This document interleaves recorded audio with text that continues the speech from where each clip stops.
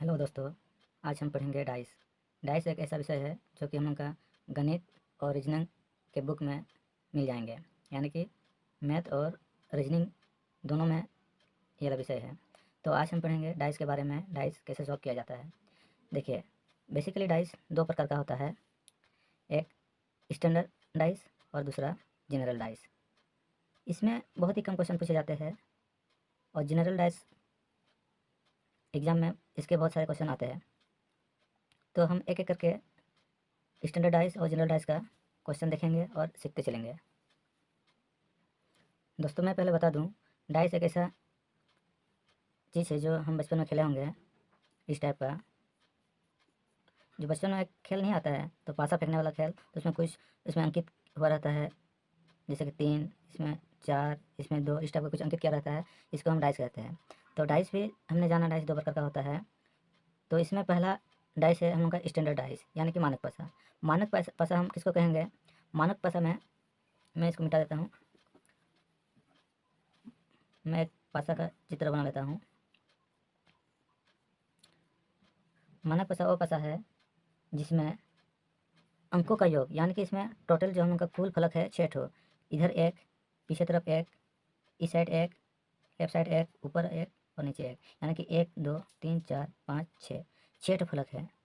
6 फलक, हर फलक में कोई संख्या दिया रहता है। माना कोई संख्या ले लेते हैं, मैंने लिया 1 2 3। स्टैंडर्ड डाइस वे डाइस है जिसका जो उसका सामने वाला फलक होते हैं, सामने वाला 2 फलक होते हैं, उसका कुल योग 7 आता है। जैसे कि 3 का अपोजिट में 4 आएगा, 1 का अपोजिट में 6 आएगा और 2 का अपोजिट में 5 आएगा। 1 का अपोजिट में 6, 2 का अपोजिट में 5 और 3 का अपोजिट में 4 होगा। कुल मिला के हम कह सकते हैं स्टैंडर्ड डाइस में, इसमें यानी कि सामने वाला जितना भी 3 फलक हमको दिख रहा है, हमें 3 फलक दिख रहा है। एक फलक ये वाला ऊपर वाला, एक फलक सामने वाला और एक फलक दाहिने वाला। तो इसमें जो अंक दिया रहता है, इसका कुल 7 नहीं आना चाहिए। 3 1 4, 3 2 5, 2 1 3, इसमें यानी कि कुल इसका मिला के फलकों का कुल जो है उसमें 7 नहीं आना चाहिए। तो हमको समझ जाना चाहिए कि ये मानक पासा है। मानक पासा उसको कौन सा पासा है? तो कहेंगे मानक पासा है। तो मानक पासा में यही होता है, 3 का अपोजिट 4, 1 का अपोजिट 6, 2 का अपोजिट 5। क्वेश्चन अगर आ गया एक मानक पासा में, एक मानक पासा में 3 का अपोजिट, 3 का अपोजिट, अपोजिट क्या होगा? तो 3 का अपोजिट 4 होगा। हम लोग का उत्तर होगा 4। एग्जाम में मानक पासा से रिलेटेड क्वेश्चन बहुत ही कम आते हैं, तो इसलिए हम चलेंगे उसका और एक टाइप जिसका नाम है साधारण पासा, उसके ऊपर पे चर्चा करेंगे। अब देखेंगे जनरल डाइस, यानी कि साधारण पासा। साधारण पासा में क्या होता है, जो सामने वाला फलक हमें दिखेगा उसका कुल जो उसका अंकों का योग 7 रहेगा। मैं एक पासा बनाता हूँ, ये हमारा एक पासा है। इसमें अंक होगा 1 6 4। ऐसी संख्या लो जो कि हमें जो सामने जो हमें दिख रही है उसका योग 7 आना चाहिए। 6 1 7, 6 4 10 नहीं होगा, लेकिन 6 1 7 हो रहा, तो हमको समझ जाना चाहिए ये साधारण पासा है। तो हमने क्या सीखा पिछले वाला में? मानक पासा में क्या है, उसका सामने वाला फलकों का जोड़ 7 आना चाहिए, लेकिन सामने वाले से उसका अपोजिट का फलक का जोड़ 7 आना चाहिए, लेकिन जो हमें दिख रहा है सामने वाला फलक, ये हुआ और ये वाला, उसका जोड़ 7 नहीं आना चाहिए। लेकिन इसमें सामने वाले फलक का जोड़ 7 आ रहा, सामने वाला 6 और ऊपर वाला 1, 6 1 7 हो रहा, तो हम कहेंगे ये साधारण पासा है। साधारण पासा में बहुत तरह का टाइप आता है और उसी से प्रश्न बनता है।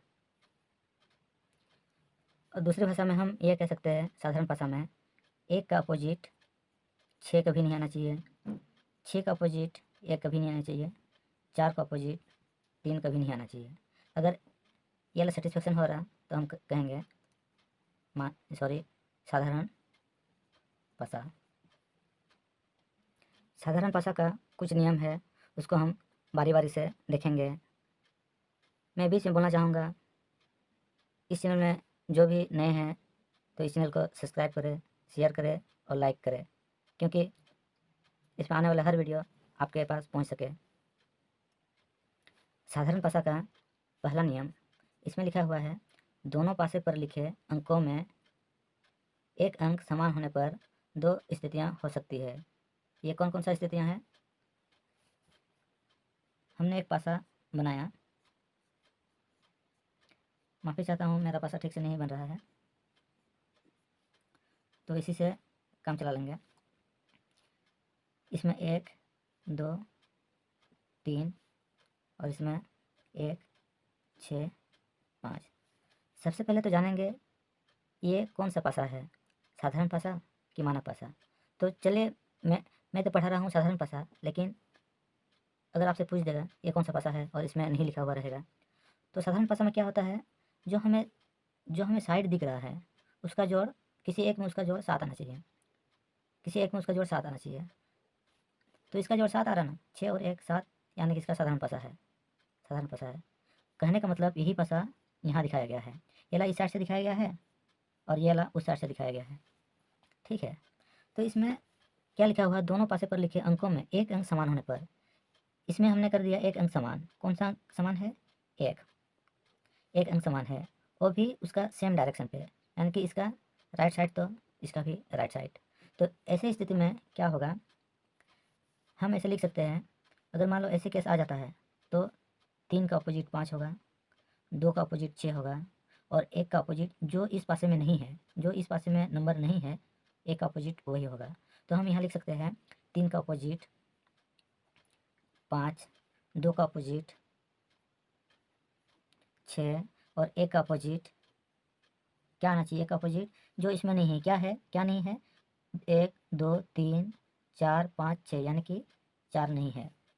तो प्रश्न आ गया इस टाइप का, तो हम देखने से पता चल जाएगा एक साइड का समान है, मतलब उसका सामने वाला फलक और इसका सामने वाला फलक अपोजिट में रहेगा, उसका ऊपर वाला फलक और इसका ऊपर वाला फलक अपोजिट में रहेगा, और जो इसमें नहीं है उसका जो सेम वाला का फलक अपोजिट में वो संख्या रहेगा। समझ में आ गया? तो अभी जाते हैं नेक्स्ट नियम पे। हमारा अगला नियम है नियम नंबर 2। इसमें लिखा हुआ है समान अंक अलग अलग प्रकार के सतह पर हो। पिछले वाला नियम क्या था, समान अंक एक ही सतह पर हो, यानी कि उसका एक ही तरफ हो, एक ही डायरेक्शन पे हो, लेकिन इस बार कर दिया समान अंक अलग अलग सतह पर हो। चलिए हम दो पासे को बनाते हैं। इसमें मैंने ले लिया 2 3 4, मैंने ले लिए हैं 2 6 5। तो इसमें अलग अलग सतह पर समान अंक हो रहा है, इसमें 2 है लेकिन इसमें 2 है, मतलब समान अंक है लेकिन उसका सतह, उसका जो फलक है उसका अलग अलग है। पिछले वाला नियम में हमने क्या पढ़ा था, एक ही सतह पे हो, यहाँ 2 है तो यहाँ 2 आना चाहिए, लेकिन इसमें नहीं, अलग अलग सतह पर हो। तो ये मैं फिर एक बार कह रहा हूँ, ये साधारण पसा है। साधारण पसा जानने का तरीका क्या है, उसका जो हमें दिख रहा है फलक, जो हमें दिख रहा है साइड, उसका अंकों का जोड़ 7 आना चाहिए। 3 जोड़ 4 7 हो रहा है, इसमें 5 जोड़ 2 7 हो रहा है, मतलब ये साधारण पसा है। अगर मानक पसा बोलता तो ऐसा नहीं होता, 3 का पीछे 4 होता, उसका अपोजिट में 4 होता, 2 का अपोजिट में 5 होता। तो इसमें क्या होगा, पासा नंबर 1 लिख लेते हैं, पासा नंबर 2 लिख लेते हैं। अगर ऐसे केस बनता तो हमको क्या करना है, जो उसका अपोजिट में जो है उसको फाइंड आउट करने के लिए हम इसको क्लॉकवाइज या तो एंटी क्लॉकवाइज में लिखेंगे। तो जैसे कि हमने लिखा यहाँ से 2 से समान अंक हो रहा 2, तो 2 से शुरू करेंगे, 2 क्लॉकवाइज से ले रहे हैं हम, घड़ी घड़ी के चलने की दिशा, 2 4 उसके बाद 3। इसमें भी उसी तरह से लेंगे, इसमें जो संख्या पहले लिखा है इसमें से भी वही संख्या को पहले लिखेंगे। 2 2 के बाद ऐसा अगर घड़ी की दिशा में लिखेंगे, 2 के बाद 5 आएगा, उसके बाद 6 आएगा। तो हमें पता चला 4 का अपोजिट 5 होगा, 3 का अपोजिट 6 होगा, तो 1 का अपोजिट क्या होगा, तो इसमें जो नहीं है 1 का अपोजिट वही होगा। तो इसमें क्या नहीं है, 1 नहीं है, यानी कि 1 का अपोजिट 2 का अपोजिट 1 होगा। बात समझ में आ गया? इसी तरह का प्रश्न पूछता है। हमारा तीसरा नियम है दोनों पासों पर लिखे अंकों में 2 अंक समान होने पर। इसमें बोला गया दोनों पासों में लिखे अंकों में 2 अंक समान होने पर। पहला पासा ये ला हुआ, मैंने इसमें लिखा 2 6 4, और एक पासा ये ला हुआ, इसमें होगा 2 5 4। इसमें लिखा दोनों 2 अंक समान होने पर, इसमें मैंने कर दिया 2 अंक समान, यहाँ भी 2 है, यहाँ भी 2 है, यहाँ 4 है, यहाँ 4 है। तो यानी कि ये लापासे पे 2 अंक समान है, उसका सतह भले समान ना हो लेकिन उसका 2 अंक समान है। इसमें क्या होगा, हम कह सकते हैं अगर 2 अंक ऐसे समान है तो जो समान नहीं है, इसमें 6 और इसमें 5 समान नहीं है, तो 6 का अपोजिट 5 होगा। तो हम कह सकते हैं 6 का अपोजिट 5 होगा। लेकिन 2 का अपोजिट और 4 का अपोजिट, इसमें 2 का अपोजिट इसमें जो नहीं है, क्या नहीं है, क्या हमें दिख नहीं रहा है, 1 और 3, मतलब 1 या तो 3 भी हो सकता है। इसमें 4, इसमें भी 4 है, इसमें भी 4, यानी कि 4 का अपोजिट जो हमें यहाँ दिख नहीं रहा, या तो यहाँ भी दिख नहीं रहा, वही उसका अपोजिट होगा। इसमें क्या नहीं दिख रहा, 1 या तो 4, तो या तो 3 यहाँ होगा, या तो 3 यहाँ होगा, या तो 1 यहाँ होगा, या तो 1 यहाँ होगा। बात समझ में आ गया? तो चलिए हम क्वेश्चन की तरफ जाते हैं। आपके स्क्रीन पे आ रही है, नीचे एक पासे की 2 स्थितियाँ दिखाई गई है।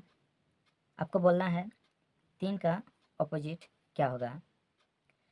मैंने नियम 1 में बताया था, कोई 2 पासे में अगर अंक समान हो, उसका फलक भी समान हो, तो उसमें क्या होगा, उसका जो सामने जो अंक दिख रहा है और इसमें भी इसका सामने जो अंक दिख रहा है, इसका अपोजिट भी सेम सेम होगा।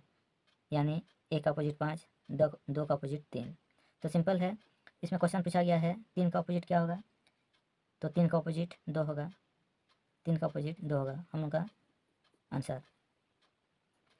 अगला क्वेश्चन है, 2 पासा दिया गया है, इसमें पूछा गया है इसमें भी 3 का अपोजिट क्या होगा।